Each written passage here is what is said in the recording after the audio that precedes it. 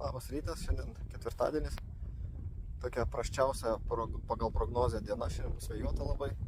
Bet nuo 8:30 bus laisvų skrydžių laikas iki vakaro, tai vat, kol vėjas visai nesustiprėjo.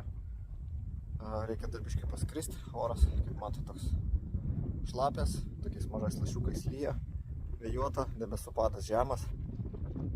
Tai kol kas nelabai kas, dar pusvalandis yra iki starto, tai dar nelabai yra žmonių, vienas kitas čia važinėja tik tai. Tai bandome išnaudoti visas orų galimybės. Vakar buvau ten vieną filmuką padaręs, kaip Lenkas užmiršo nuo ailerono nusiimti tos tokius tvirtinimus. Va, žiūrėkite, čia yra tokie specialūs, tokios plokštelės, kurios neduoda aileronams ant vėjo blaškytis, sukinėtis. Tai vat jisai jos užmiršo išsiimti, viską pasidarė. Vat reikėtų prie jų kažkokias vėliavėlės prisikabinti. Šiaip, čia vat apačioj. Nes jisai kai leidžiasi, paskui su ta nosim brūžina. Bet užtat labai tiksliai pataiko į deką.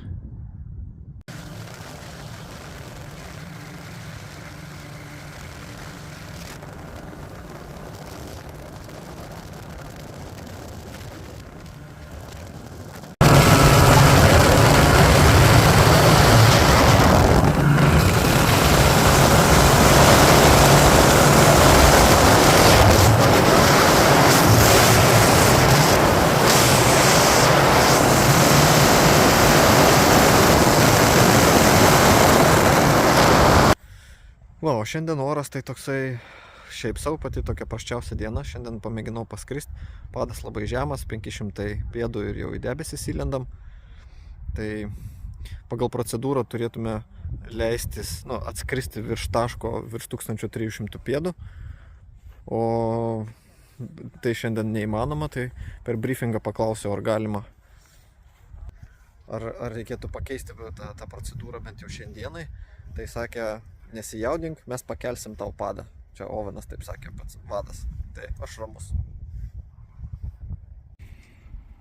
Žiūrėkit, gavom testinę treniruočių užduotį, gavom žemėlapį. Tai ruošiamės, tai žiūrėkit, kokio tankumo yra žemėlapis. Jis yra 1 prie 250 tūkstančių, reiškia 1 centimetrai yra 2,5 kilometro. Tai kas dalyvavo varžybose, supras, kad čia yra toks labai suspaustas žemėlapis. Šiaip labai nedetalus, skrendant ant daug ko jame trūksta. Bet dabar kokia problema, pavyzdžiui, vakar su tokia siaura, jau 1 centimetro juosta buvau užsiklijavęs čia šalia, kad ant jos būtų galima laiko skaičiukus susirašyti. Ir nuklydau nuo maršruto ir iš karto palindau po šitą juostą ir viskas, ir pasimečiau. Tai šiandien bandau dar kartą be šitos juostos viską susirašyti šalia, bet žiūrėkit, kiek viskas tankiai ant žemėlapio, kur tos skaičiukus rašyti, žiūrėkit. Čia šiaip kas antrą minutę man nelabai patinka, pabandžiau kiekvieną surašyti. Tai vietos tiesiog nėra tam žemėlapį. Tai va tokie reikalai.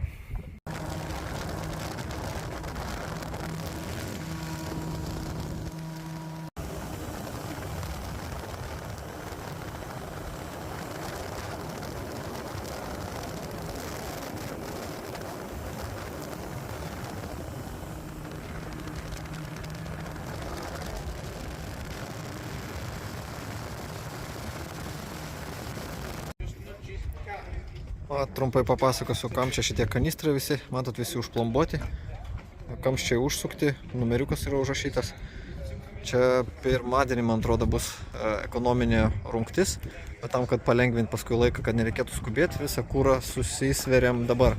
Yra po 7,5 kg, ne litro, kilogramų vienviečiam ir 10 kg dviviečiam. Tai kiekvieną savo tarą atsineša, savo benziną atsineša jau su tepalu, sumaišyta ir jį čia maršalai prižiūri. Kiekvienas tiksliai su svarstyklėm įsipila,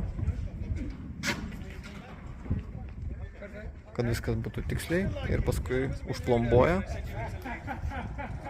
ir palieka.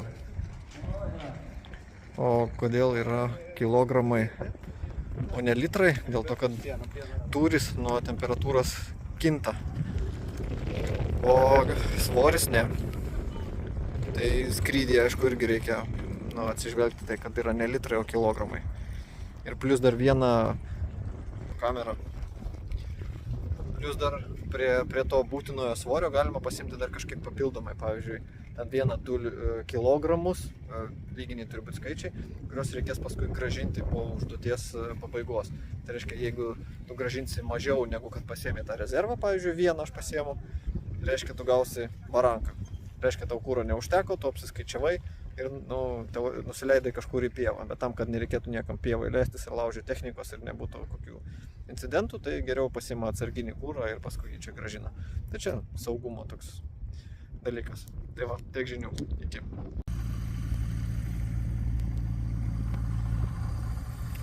Žiūrėkit, čia Batmanas važiuoja.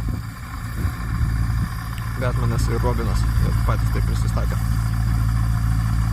Tai čia yra malūnsparnis, matot, viršutinis sraigtas jis nesisuka. Galinis sraigtas tik stumia. Ispanai, kaimynai mūsų.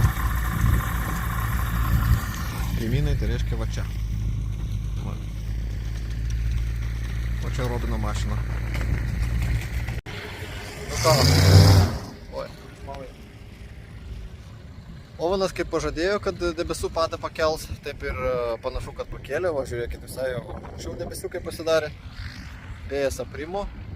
Tai dabar yra 6 valandos maždaug vakaro, iki 8 yra 2 valandos langas tikslaus tupdymo užduočiai. Tai va, žiūrėkit, kiek orlaivių iškart išsiruošė.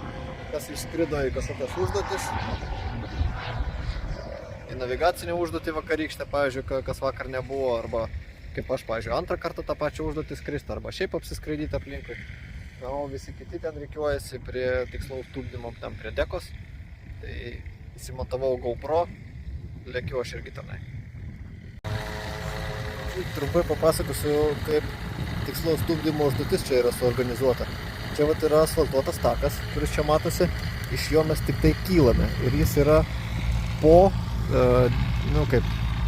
vėliau negu deka. O deka yra va ten už asfaltuoto tako, va ten kur maršalai stovi, tai ten, žodžiu, visi leidžiasi. O čia visi leidžiasi. Ir paskui nuvažiuoja čia į eilės galą, atsistoja va kebra čia. O čia pareidinėja, va visi leidžiasi tam, kad tie, kurie leidžiasi, jokiais būdais nesikirstų su tais, kurie kyla. Bet viskas saugu.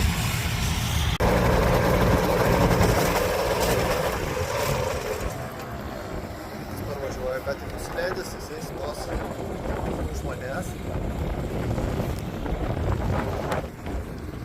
Ir kas leidžiasi irgi parvažiuos čia už ryčių už nugaros, o aš laukiu eilėj.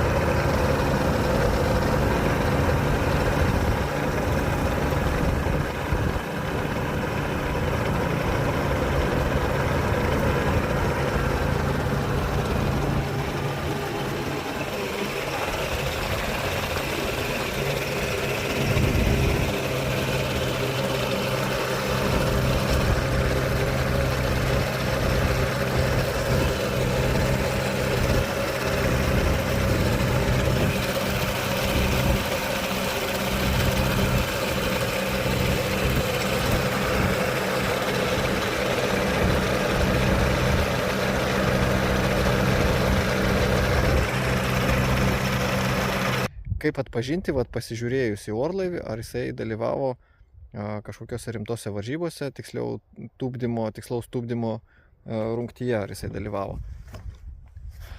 Jeigu dalyvavo, va, matot, baltos linijos, jie specialiai nupiešia tam, kad kai tupdo, kai tik paliečia žemę, ratas pradeda suktis ir tada ant slow motiono matosi, kad jau jisai pradeda suktis ir tada fiksuoja, tada aišku nustatyti, ar pataikė į vieną ar į kitą juostą.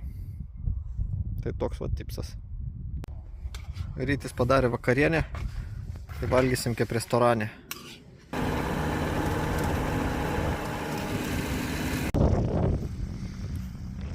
Kaip gerai, kad anglai visur išdėliojo daug tualetų ir kempinge, ir anam karantino gale, va ten pačiam gale. čia. Atrodo paprastas dalykas, bet kaip trukdo